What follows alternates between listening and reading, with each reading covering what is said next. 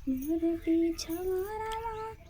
दोस्तों, नमस्ते, प्रणाम, सभी का स्वागत है खुशबू यादव आदि गीत के चैनल पर और खुशबू यादव लोकगीत के चैनल पर। ये तो लाइव चला के बैठे हैं अपना खुशबू ऑफिशियल के चैनल पर, शिवानी यादव 2 के चैनल पे, शिवानी यादव अवधि गीत के चैनल पर। बताइए, जो सब्सक्राइब नहीं किए होंगे तो सब्सक्राइब कर लीजिए। एक चैनल और है संगीता यादव 2, संगीता यादव 2 और संगीता यादव अवधि गीत। उसी को ढेर सारा प्यार आशीर्वाद दीजिए। नया चैनल है शिवानी यादव है, शिवानी यादव अवधि गीत, शिवानी यादव अवधि गीत है। दोनों नंबर चैनल बनाए हुए हैं, अवधि गीत है। हाँ, तो दोस्तों आप लोग ढेर सारा सपोर्ट कीजिएगा। सच कह रहा है, जमाना आई जाए वहीं पे लाइक शेयर कमेंट इनके पहचान ला वीडियो में। इनका जब फोटो आई है सब्सक्राइब कर बाय। चलिए हम लोग जा रहे हैं नाच गीत सुनाने। नाच गीत सुन के आप मोरे पीछे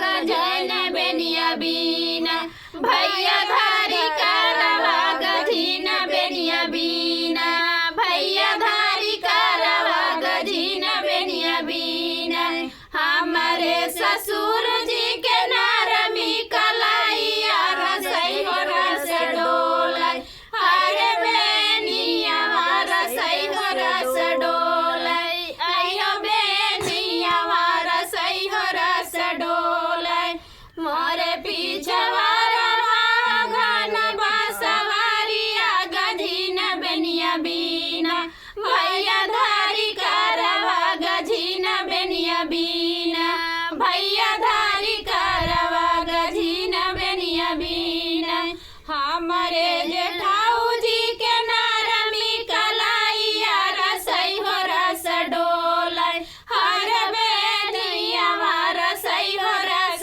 डोलाई हमारे जेठ जी के नारमी कलाइया रसई हो रस डोलाई हर बेनिया रसई हो रस डोलाई मारे पीछे घन बसवारिया गजीन बेनिया बीना भैया धारी करवा गजीन बेनिया बीना भैया धारी करवा गजीन बेनिया बीना हमारे देवर जी के नारमी कलाइया रसई हो रस डोलाई हाय बेनिया रसई हो रस डोलाई हाय बेनिया रसई हो रस डोलाई मोरे पीछे घन बसवारिया गजीन बेनिया बीना भैया धारी करवा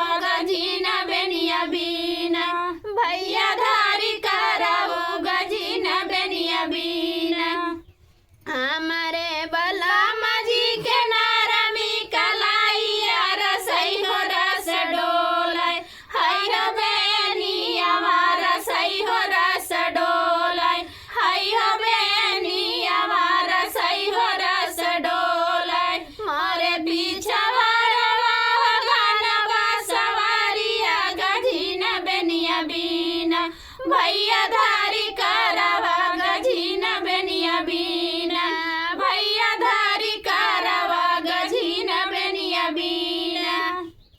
बाय बाय। बहुत बड़ा बाय हो बाय गया दोस्तों, गाना। कैसा लगा आप लोग लाइक कमेंट शेयर करके जरूर बताइएगा।